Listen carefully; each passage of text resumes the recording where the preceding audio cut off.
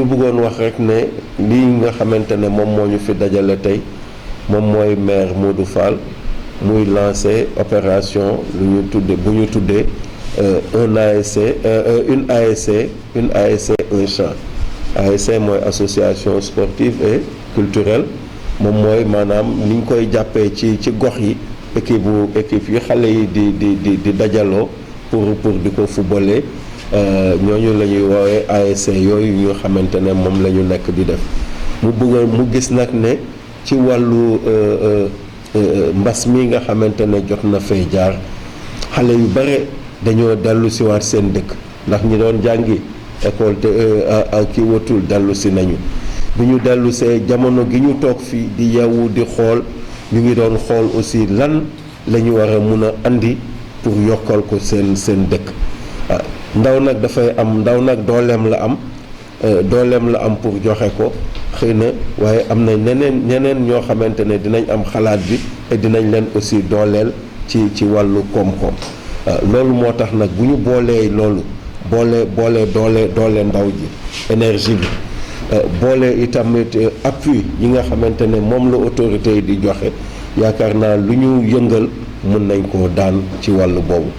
loolu nag moom la maire Modou Fall def tey ji ni bu mu dajalee jeunes yi ñu xool ñu ne vraiment bëgg na ASC bu nekk mu mun a def mu mun a am benn tool boobu bu ko amee moom mooy joxe jiwu bi te moom aussi moom mooy joxe engrais bi kon nag suñu demee ba am lu mel noonu daanaka li si des moom mooy ñun ndaw ñi bu dëgg ndaw ñi ñoom ñoo ci des ngeen xamante ne nag léegi sas nañ leen ndax chaque fois waxtu bu nekk dañ doon wax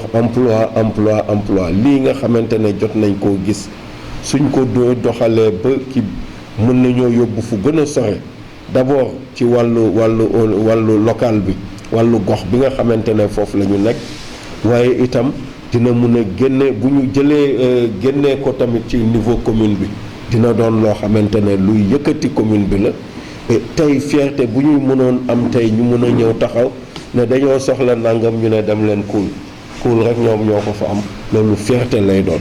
ëllëg bu ñu taxawee bay mën a génnee di calculer ay tonnage di ko génnee muy génnee kuul ñuy war a taxaw di ko jaay wala di ko yóbbu loolu dina doon fierté bu rëy boo xamante ne moom la kii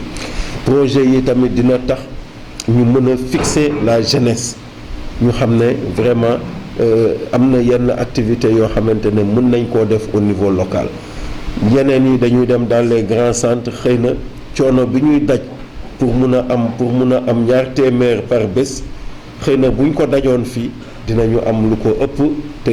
dinañ nekk ci seen njaboot nekk ci seen biir famille kon loolu rek nekk na loo xamante ne lu am solo la ci wàll boobu kon nag bu maire jëlee initiative bu mel noonu def une ASC un champ d'abord day répondre si appelu chef de l'État bi nga xamante ne wane na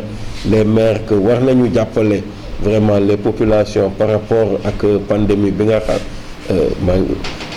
ci wàllu mbas mi nga xamante ne moom moo fi nekk ñu jàppale ASC yi jàppale population bi ci wàllu mbas bi nga xamante ne ñu ngi dund ak moom ba tey lii nag su ko defee loolu mu ngi wuyu ci boobu appel mais aussi mu ngi bëgg population am yëngatu d'abord sainement mais mu jugal tamit ASC yi ñu bañ a nekk rek ay ASC yoo xamante ne football rek la ñuy ñëw def nañ nekk mu nekk ay ASC de développement te loolu moom mooy li nga xamante ne moom moo ci am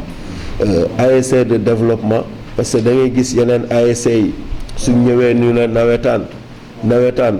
fii de gis naa fii au moins ñëw naa fi final gis naa seen nawetaan dina àgg mais am na yeneen localité yoo xamante ne dañuy ñëw jeunesse bi li ñu sëkk ak maire bu ñu jógee vacances ñëw yëngal maire mu génnee subvention jox leen bu leen joxee subvention ñu dem taxaw football bi du àgg benn coupe duñ ko jouer ñu xuloo seen biir këppatal xaalis bi dem seen yoon à l'année prochaine finalement maire yi comprendre loolu dañ leen di gérer de manière événementielle dañu ne voilà Noël ñëw na booy yi ñu ngi ñëwaat il faut ñu sóoraale leen suñu ne Pâques ñu ne pare leen dëkk bi dina yëngatuwaat parce que ñi demoon Dakar dinañ ñëw dinañ andiwaat yeneen idée suñu toogee ñu ne vacances ñëw nañ nag gën nañu am jot alors là balaa ñuy kii bi rek maire yi génnee xaalis jox leen ne leen acca dem leen fooy ji cet esprit là dafa war a jeex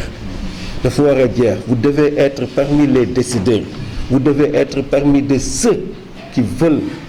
di wane seen dëkk naka lañ bëgg mu mel ëllëg te Koul am na plan de développement communal loolu c'est le lieu vraiment pour que ñu investir ci ñun ñëpp ñu dugg ci booloo pour que liggéey bi ñu mën koo def en gros peut-être loolu laa kiiwee dama jël vraiment le train en marche ma bëggoon aussi ñëw nañu pour xooloon aussi vraiment préparation wu jiwu bi pour vivre yi pour que ñu mën koo jot loolu ni ñu koy jotee ak conditions yeeg yëpp am nañ ci yaakaar bu baax a baax mais encore une fois ñuy féliciter le maire mais aussi féliciter ses invités moom mooy waa ODCAV ñu jóge Tivaouane ak prise bi yëpp toute la délégation mais léegi nag ñuy dellu nag di ñaax